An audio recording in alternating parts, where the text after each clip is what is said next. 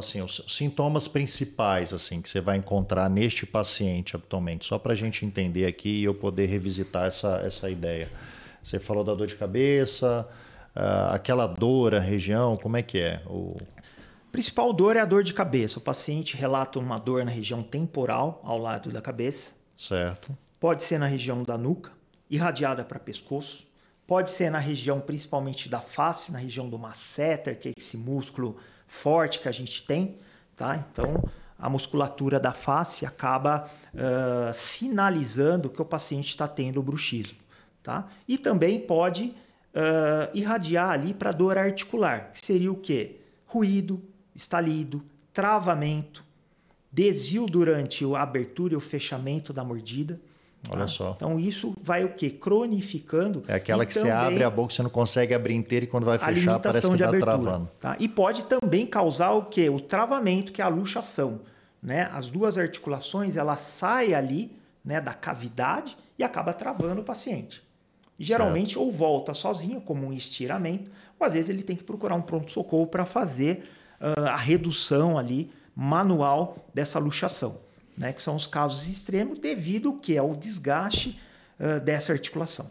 Certo. Você apontou outras possíveis causas também, perda de um dente, eu tenho déficit, ou uma formação, né? A gente tem malformações às vezes de nascimento, da arcada dentária, tudo isso pode também favorecer. Contribui, porque não só a hiperestimulação, mas a falta de um dente, entenda o quê? A nossa mordida é uma engrenagem.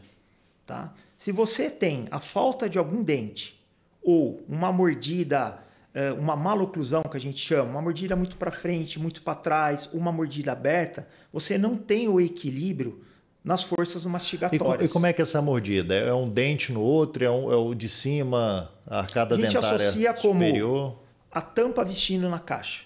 O superior ele tem que passar o inferior. Dá aquela abraçadinha. Exatamente. Nem muito para frente, nem nada. É para quase que raspando. Exatamente. Tá? Então, quando há essa desarmonia, acaba que o paciente não tem a distribuição nas forças mastigatórias e acaba tendo a disfunção na TM.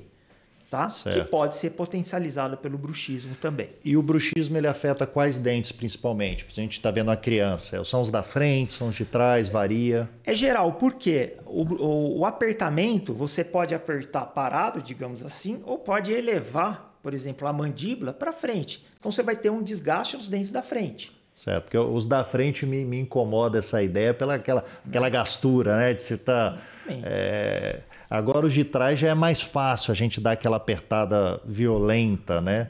Pode até ser que durante o dia você perceba que você está mordendo topo a topo, que a gente fala. Então você vai ter um desgaste nos dentes da frente.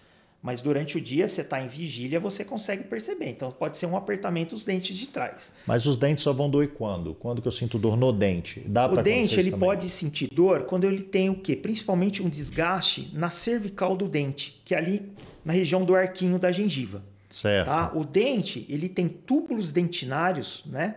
Então isto nervos, né? Que causa sensibilidade. Igual quando você toma um gelado, um quente. Então, o desgaste nos dentes leva o que? A exposição desses canalículas. Isso leva a dor. Isso as fissuras também causariam, a fratura do dente e tudo mais. O dente ele é composto de esmalte, que é a parte brilhante. A parte de trás, que é onde dá uma amarelhada cor, é a dentina. Certo. E na dentina, que atrás dela tem o nervo do dente, é onde tem a estimulação. Então, o paciente ele vai se queixar de sensibilidade. Né? Aquela água gelada. Exatamente. Ou quente demais o alimento. Pode até levar uma lesão no nervo do dente, devido ao desgaste. Entendo que o dente é uma superfície rígida, quando desgasta, acaba expondo, contaminando o nervo do dente, né? Devido ao quê? Todo esse ato aí do apertamento. Certo. Nos casos extremos, o que você já viu assim, de caso extremo de bruxismo no seu dia a dia? O paciente fraturar o dente, vamos dizer, no meio, e levar à perda do dente. Tem que extrair, porque não tem tratamento. Tem que extrair, porque você não tem como colar esse dente, não tem como juntar. Dependendo do nível da fratura, tá? Entenda como uma estaca. Né? Se a estaca ela fratura na parte, vamos dizer, de cima, onde você está vendo, você pode até arrumar. Quando ela é muito profunda, praticamente está toda aquela Você estrutura perdeu comprometida. toda Perde a o dente. sustentação. E aí eu imagino então que seja obrigado quanto antes você já repor esse dente de alguma forma, né? Imagino uma prótese dentária, não uma prótese, né? Você faz o local Hoje é o só. implante, né? O implante dentário. Então a reposição desse dente. Agora, o implante, a gente fala que é a terceira dentição, né? Então, primeira Certo. dentição, dente descido, Dente de segunda é o leite, permanente. sim. Se ele não tiver cuidado, seja em relação ao apertamento, né, ao bruxismo, ou mesmo cuidado de higiene, ele vai perder esse dente. Então não é porque é implante, que é uma prótese, que ele não deve ter cuidado com o dente. Que inclui o quê? Não só os cuidados de higiene oral, como sim visitas regulares ao seu profissional, né? Para identificar precocemente, para não levar à perda desse dente. O tratamento do bruxismo continua. Você falou desse dispositivo, né, rígido para a gente, né, não morder essa placa. Essa placa, habitualmente, ela é de quê? Ela é formada de quê? Então, a placa ela é um dispositivo, né, um nome técnico que a gente fala, chama dispositivo intraoclusal, popularmente conhecido como placa miorrelaxante ou placa para bruxismo. Tá? Perfeito. Então, qual que é a finalidade dela? É uma placa rígida de acrílico, tá? Colocada na arcada superior. E qual que é a função dela? Primeiro, proteger os dentes, tá? Como algo mecânico mesmo, tá? E como ela tem uma distância ali, né, geralmente de 3 a 4 milímetros, você acaba o quê? Desocluindo essa mordida. Você não consegue morder. Exatamente. E acaba desocluindo ou tirando ali a pressão articular. Então, o que? Melhora o quadro de dor.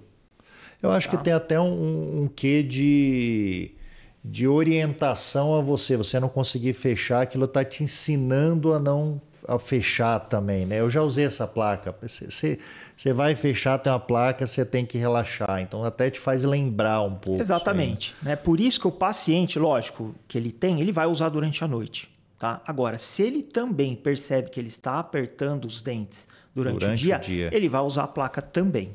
Tá? Porque a placa, semelhante a uma muleta, tá? Ele vai ter que usar. Agora, como todo tratamento, ele não é eterno. Então, se o paciente está com um quadro de apertamento ou bruxismo, precisa ver o que está acontecendo. Qual é a causa de tudo isso? Uma placa não é eterna. Lógico, tem paciente que ele precisa usar, mas se ele não tratar a causa, ele vai entrar nesse ciclo vicioso. Então não basta só usar a placa, porque a placa também vai chegar uma hora que vai gerar fadiga muscular. Você dá aquela melhorada, você Sim, fala, lógico, na fase aguda, ela é um instrumento. E aí você vai relaxando e é a hora que você volta ao tratamento praticamente do começo. Eu acho que é importante pontuar isso, que é uma coisa que a gente vê muito, né, em qualquer área da nossa vida. Quando a gente começa a relaxar demais, quando a gente voltou lá para o começo, o tratamento vai ficando mais difícil, mais complicado. Então, realmente, eu acho que essa pontuação de ser avaliado frequentemente pelo especialista é muito importante.